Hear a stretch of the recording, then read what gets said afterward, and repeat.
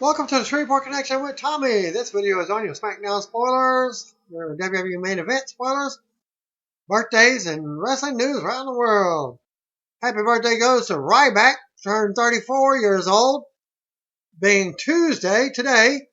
Also, former WWE diva Katie Lee Burchill, who is also known as Katarina Winter Waters from TNA. She turned 35. Bill DeMott turned 49, and Cowboy Bob Orton Jr. turned 65. Glitches in sports video games can be game-breaking, which makes playing them really frustrating. But sometimes they can be beautiful. Have you seen a 9-minute fumble in Madden NFL 16? That's art. Well, 2K16 from WWE is full of glitches. They aren't the main reasons why the game is getting middling reviews, but they certainly don't help make the game good, except this glitch, particularly being of John Cena floating away in space after he gets hit with the ring steps, much like Poochie on The Simpsons. Bye, John Cena. Tell everyone on the new planet about all the great things you did on Earth. Check out the video. The Rock announced that he and his girlfriend, Lauren Hashian, are expecting their first baby girl together. This will be The Rock's second child. The rumors have started about a month ago, but Rock has confirmed it today.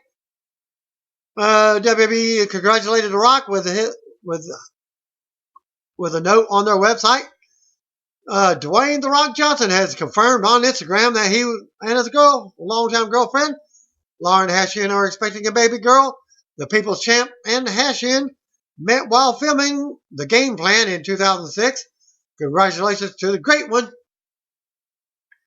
As The Rock also spoke on the following on Instagram, you can go to the link yourself and read it. I was raised by and live with amazing and strong women, so the universe felt we needed one more. It's a baby girl. Thank you guys so much for the awesome support and love you sent at Lauren Hashian Official and myself from around the world. We're so grateful for this blessing and thrilled to share the news with y'all. Hashtag bring on more strong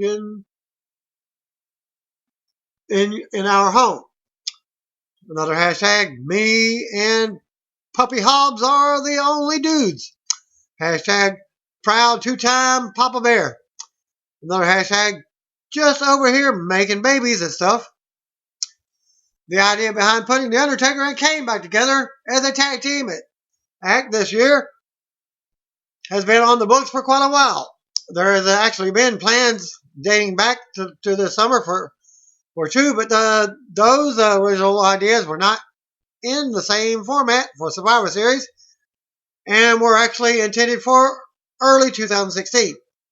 As WWE has recently applied to trademark the phrase WWE Champions for future video game use.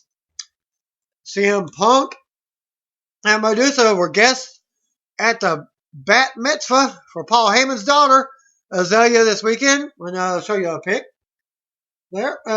Fox is working on a professional wrestling theme drama titled The Work. Yes, that's a Fox network. The series is being written by Scott O'Connor. Scott is the individual who wrote an article on Brock Lesnar around this year's SummerSlam event that was published by the New York Times.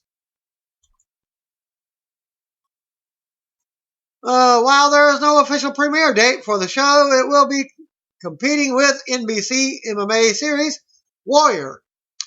Kevin Nash sent the following tweet to former WWE Heavyweight Champion Seth Rollins regarding his injury suffering. Real Kevin Nash says that Real WWE Rollins, so sorry to hear about your injury. It happens to us all. You will return better than ever and will be front row first night back. WWE revealed that the bracket for the WWE World Heavyweight Title Tournament from Raw, I'll show you the pic, was Roman Reigns versus Big Show which was the winner, Roman. Cesaro versus Sheamus, which Sheamus won. Alberto Del Rio versus Stardust for SmackDown. Kalisto versus Ryback from SmackDown matches. Kevin Owens versus Titus O'Neil, where Kevin Owens was the winner. Neville versus Wade Barrett from SmackDown.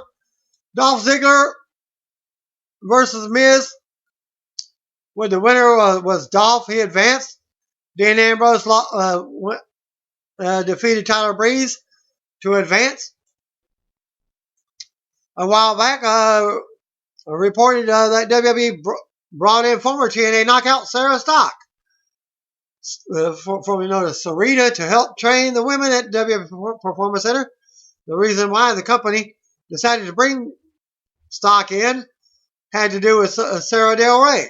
Del Rey, who was the head trainer of women at the center, is taking on a role as an agent for the main roster, and WWE needed an individual who could work full-time as a trainer at the center. During an appearance on MLW Radio, Rey Mysterio talked about the time when he told Eric Bischoff that he did not want to lose his mask back at Halloween Havoc in 1997. Bischoff would then threaten Mysterio with a breach of contract lawsuit. He comments, "I remember getting in there a day or two early before a pay-per-view, and we saw Eric at the Betty Boop Bar and at the MGM Grand Hotel and Casino in Las Vegas, Nevada, which is right there at the entrance, and I remember I wanted to talk to him, and it was very brief, but I told him that I wasn't comfortable doing that match, especially, well, I wasn't comfortable losing my mask," and he was like, "Ray, you have to do what you're told, because you're under contract, or else you'll be in breach of contract." So he was really getting at me that day. The whole week was a nightmare. As Mysterio also talked about when Bischoff heard that he was thinking about no-showing the event. He called my house and I picked up, and I guess he had heard that I wasn't going to show up, and he said, "Ray, you better show up." And again, he mentioned the same thing, or else you'd be in breach of contract. And it's going to get really ugly. So I did show up on that night at the bar, and the next day, of course, showtime. We set up the match, and we were good to go. Mysterio continued about Eddie Guerrero did tell me, "If you don't want to do this, we don't have to." So he was backing me 100%. I said, "No, let's just do it. Let's just go with it. Let's just do it. I want to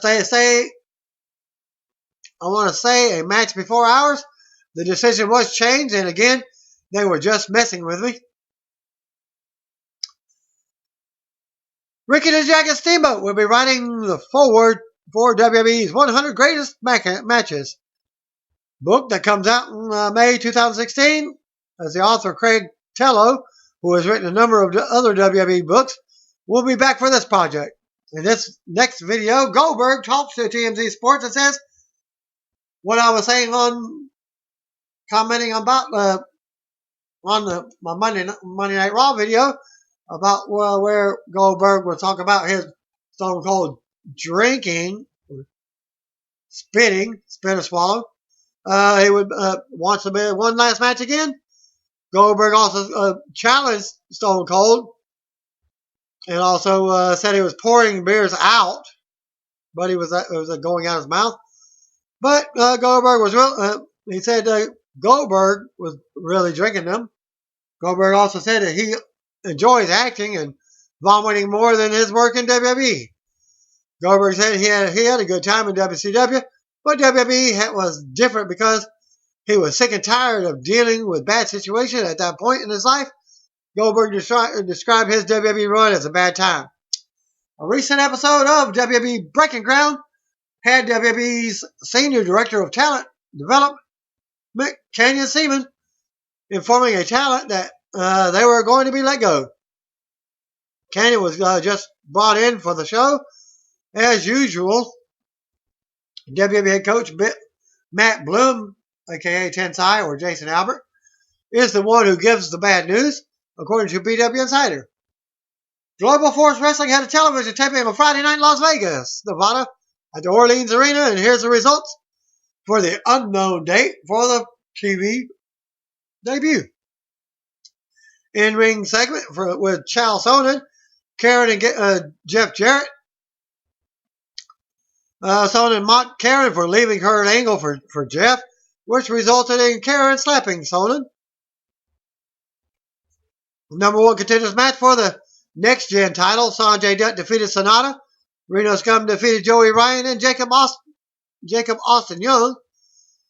Inaugural GFW women's title match. Christina Von Erich defeated Amber Gallows. The Bollywood Boys defeated Remy Marcel and Jack Manley. Number 1 contenders match for the global title. Congo Kong defeated Brian Myers and Kevin Cross. Inaugural GFW global title match. Nick Aldis Magnus defeated Bobby Roode. Inaugural GFW tag team title match. Bollywood Boys defeated Reno Scum. The Masked Saint defeated Joey Ryan. Inaugural Next Gen title match. PJ Black, formerly known as Justin Gabriel, defeated Jigsaw, TJ Perkins, and Virgil Flynn. And that was the end of the results for that. Don Colt, who is best known as Don Fargo, died on Sunday in Pensacola, Florida at the age of 85. Slam Wrestling reported that Colt fell on Thursday and was taken to the hospital. And he had already been battling with cancer and was discovered that it spread to his lungs. Colt died on Sunday afternoon. You can read more at slam.canoe.com. The Slam piece noted that Colt used 18 different names during his pro wrestling career. He is best known for teaming with Jackie Fargo as the fabulous Fargo brothers. He also worked as Don Stevens, the storyline brother of the late Ray Stevens. And my condolences go to Don's friends, fans, and family. Former TNA Knockout Lady Tapa will fight an MMA match against Gabby Garcia on the Rising Fight, a fighting event that will be held on December 31st in Tokyo, Japan. The event will be broadcast on Spike TV beginning at 9 a.m. Central Time. It's a nice little hook for the event. I assume that there are some pro wrestling fans watching specifically to see how she does. Dave Meltzer reported on today's installment of Wrestling Observer Radio that the Big Show is currently working with a blown-out knee. Despite having the injury, he still works a match against Roman Reigns on Tuesday's taping for SmackDown as well as Monday's episode of Raw. Big Show has a history of knee problems, but is expected to work through the European tour. See what happens in the remaining of the video. 2-man power trip interview podcast with Jerry Lynn, hosted by John and Chad. Interview at tmptow.podomatic.com. Comments on his recovery from neck surgery. I'm still in pain because I still have a bulging disc that's hitting the nerve root that shoots down my left leg. But the main thing was that I got my neck fixed. I wanted to see the doctor initially because I had the pain shooting down my leg, but I also had the numbness and tingling down my arm. They showed me an MRI on my neck and it was pretty bad. And then they said I needed to get it taken care of as soon as possible. They said if I would end up in a car accident or had a bad fall, I'd end up with some very serious injuries. He didn't want to say the P word, but pretty much was saying I'd be paralyzed. And he also said that he was surprised I was doing as well as I was. In the last couple of years that I wrestled, in every other match I wrestled, I get a stinger that would shoot down my arm. So I think I was very fortunate that God was watching over me, because there was no telling how many times I could have been paralyzed. The GoFundMe campaign to help with his medical bills, he comments on, it was overwhelming. I saw fans from all over the world. Fans from Japan, Mexico, England, even Helsinki was one of them. It was just the fans, because there were promoters that I worked for. There were wrestlers, and it was really amazing. And like I said, very overwhelming. I always said that there was no crying in wrestling, but That brought tears to my eyes. The moment he realized it was time to retire and that injuries caught up to him, he comments on my first back injury. I ruptured a disc training for the first time. I was supposed to wrestle RVD and TNA and pretty much ended my full-time career. Just like that. I knew I wasn't a spring chicken anymore, and I was hurting, and I knew I couldn't move like I could 10 years before. The time I quit was coming. I didn't know it was going to be that abruptly. After the injury, after that injury, I felt better and didn't have the shooting pain down my leg, and thought I would just wrestle part-time. But after every match, my body was screaming at me, "What are you doing?" So finally I knew it was time, but it's hard to accept. I was into my 24th year of wrestling, and it was kind of hard to just give up, and just so happened I was wrestling Dan Maff for a Pro Wrestling Syndicate, and he had gotten concussed during the match. I didn't know how and I don't think he did either, but was pretty loopy, and then because of that, he took a DDT bad and got a bad stinger and couldn't feel his legs. I had to pretty much pull him on top of me for the pin, and when they were taking a look at him, it was like a light went off, and I just realized I'm pushing my luck. I was right then and there, looking at him. Then I grabbed the mic and announced that this was that last year. This was the last year I was going to wrestle. Being booked on his retirement tour, working with indie talent, and he comments, I thought, all right, I'll just have 1 or 2 more matches a month and call it quits at the end of the year. As soon as the word got out that this was my last year, the phone started ringing off the hook, and I forgot how many regulars I used to have on the indie scene because I never killed anyone with my fee because I wanted repeat work. All of a sudden, all these regulars and that I worked for are coming out of the woodwork to hook me one last time. So I ended up wanting to only have 1 or 2 matches a month to having double and triple shots every weekend. It was hard, and in a lot of them, they wanted me to work their best guy, and they wanted some 25 to 30 minute X Division spectacular. And I said, I can't do that anymore. I'm retiring for a reason. My body is shot. I'd be begging for them to put me in a 3-way or a 4-way. And he comments on being trained by Brad Rangers, his style and what he emphasized. And here's what he had to say about that. It was tough, and it was not a walk in the park.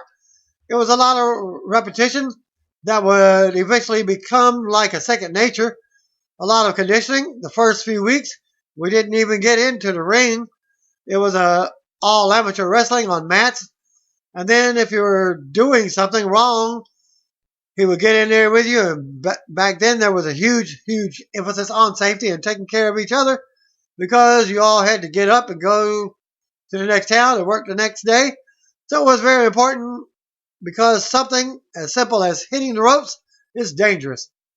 There was always a big emphasis on safety. If you did something wrong, he would get in there and show you what you did wrong and how it felt. He would shoot on you and hook you a little bit, just so you knew how it felt. Other topics included with Jerry Lynn also covered his entire run in GFW, becoming Mr. JL in WCW.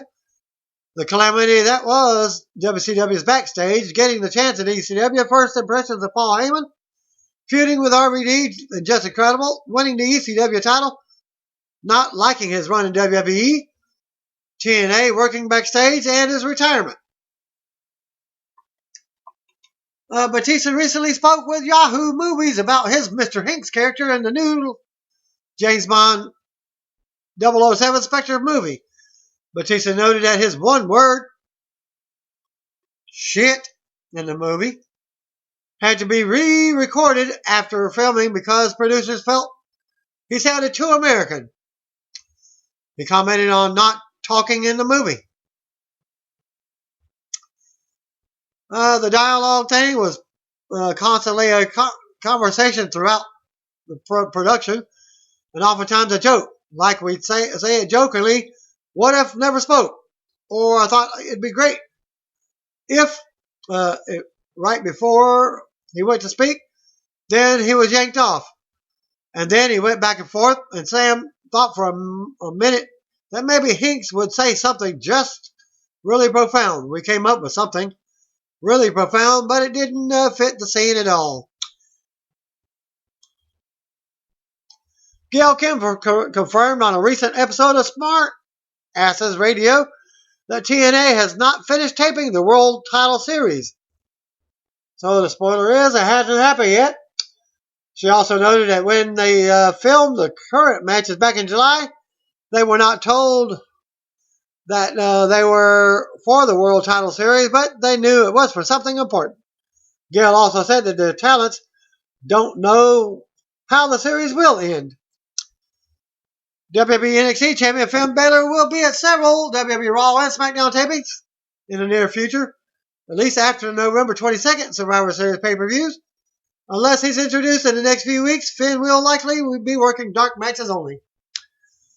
Undertaker will be making his return to SmackDown this Thursday night for a segment with King Barrett and another angle. There was a dark segment before main event tapings in Manchester, England, where King Barrett came to the ring to cut a promo on UK soccer star Wayne Rooney, who slapped Barrett on Raw last night. Rooney was also in attendance for a SmackDown. Dark match before the tapings in Manchester saw NXT champion Finn Balor defeat Victor of the Ascension. Connor was at ringside. Balor received a huge pop from the Manchester crowd. And here's the results from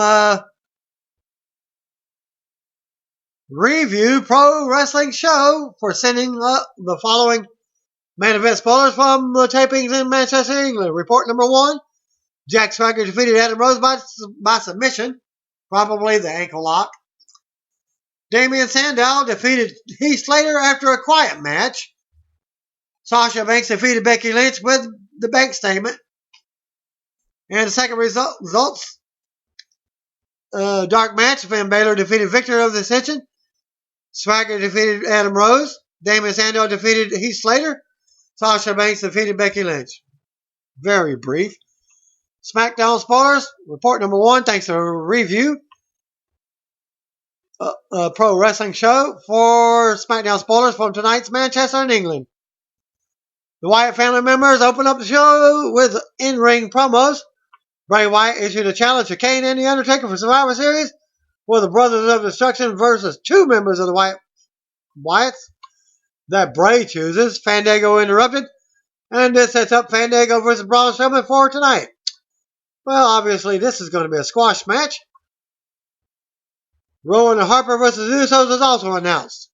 Braun Strowman squashed Fandango with a bear hug. Bray took the mic and demanded an answer to his challenge by the end of the night.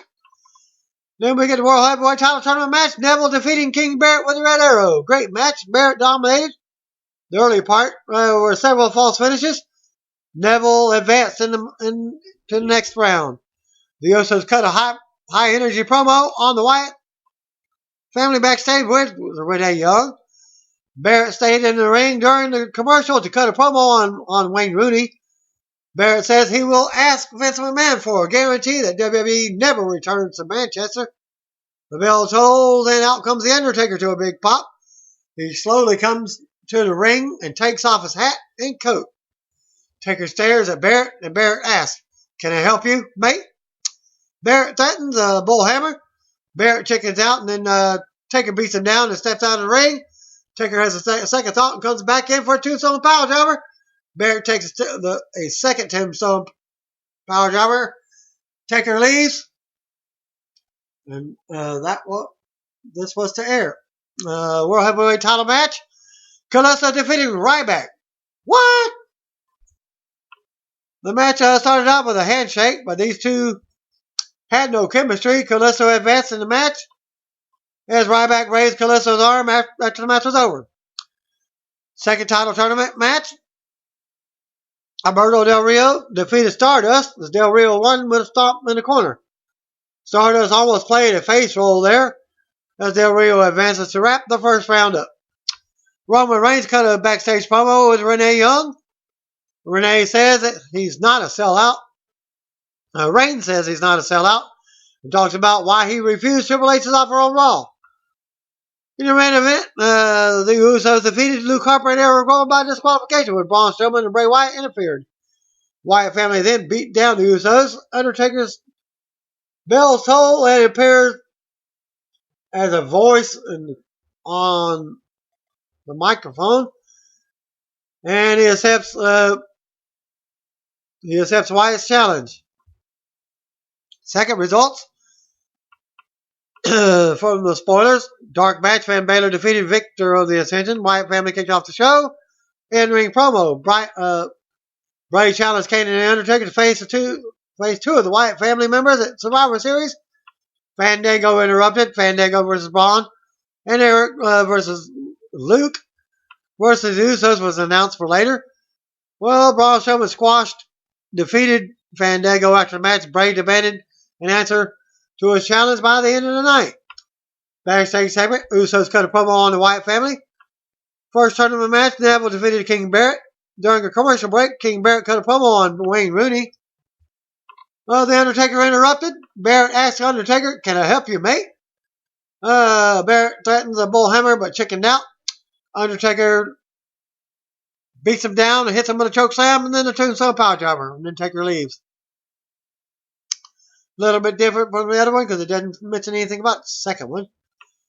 Then we go back to the tournament matches. Kalisto defeating Ryback. Alberto Del Rio defeating Stardust. Roman Reigns cut a promo and mentions that he's not a sellout.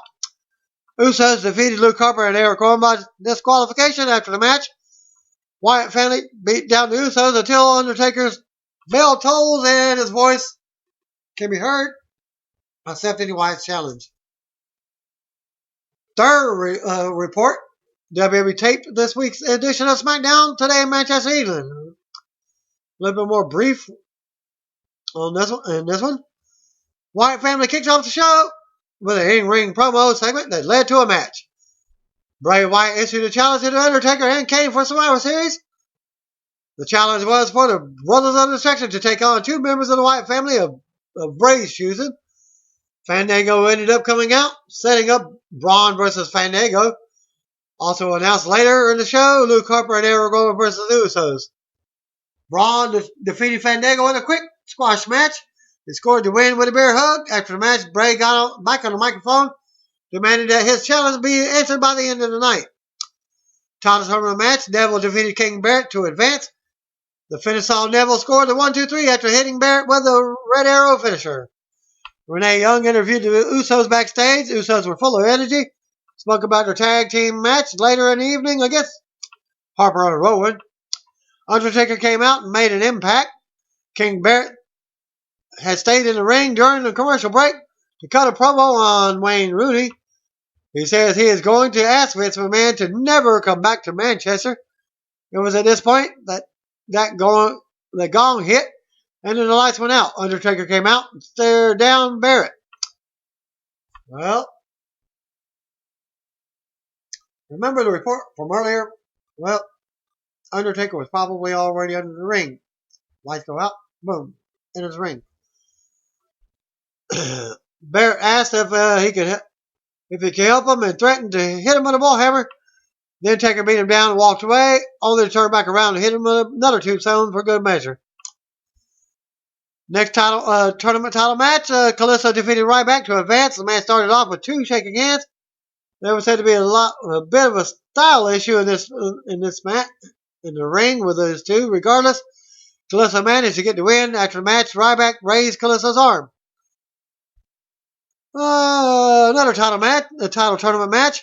Alberto Del Rio defeated Stardust to advance. Del Rio picked up the win after blasting Stardust with a stomp in the corner. Del Rio won and wrapped up the first round of the tournament to crown a new World Heavyweight Champion. Renee Young interviewed Luke Harper and Eric Rowan by disqualification in the final match taped for this week's SmackDown to finish all Wyatt and Strowman interfere, which caused a DQ ruling. Wyatt family beat up the Usos until Undertaker's gong hit. We then hear Undertaker's voice accept Bray Wyatt's challenge from earlier in the evening. Dark match after SmackDown tapings saw Roman Reigns defeat Bray Wyatt in a no-holds-barred match. Reigns won with a spear. And it appears to be a Big Show was not injured at the live event in Belfast, Northern Ireland, after all. Several readers sent word that Big Show was just selling and actually did some comedy to end the match with Kane, teasing another knee injury, like I was saying from earlier. After the pinfall, Show stood up and did a Ric Flair flop and hit the mat. The second referee came running down to help Show to the back, but both referees couldn't lift Show, so one covered him while the other counted a comedy pin. Show did check his shoulder while heading to the back, but he left on his own. Another correspondent apologized for the miscommunication and noted that when Show first was selling the choke slam through a table, the referee did call for medics, but waved them off after a few seconds, likely part of the selling. First round matches, again, Roman Reigns defeated Big Show. Kevin Owens defeated Titus O'Neil. Dolph Ziggler defeated Miz. Cesaro defeated Sheamus. Dean Ambrose defeated Tyler Breeze. Neville defeated King Barrett. Kalisto defeated Ryback. Alberto Del Rio defeated Stardust. And your second round matches are as follows. Roman Reigns is scheduled to go against Cesaro. Dolph Ziggler is scheduled to go against Dean Ambrose. Kevin Owens versus Neville. Kalisto versus Alberto Del Rio. And that concludes my SmackDown and main event spoiler for this week. Thanks for watching. See you one of them be. And if you don't know, you better call me, bro.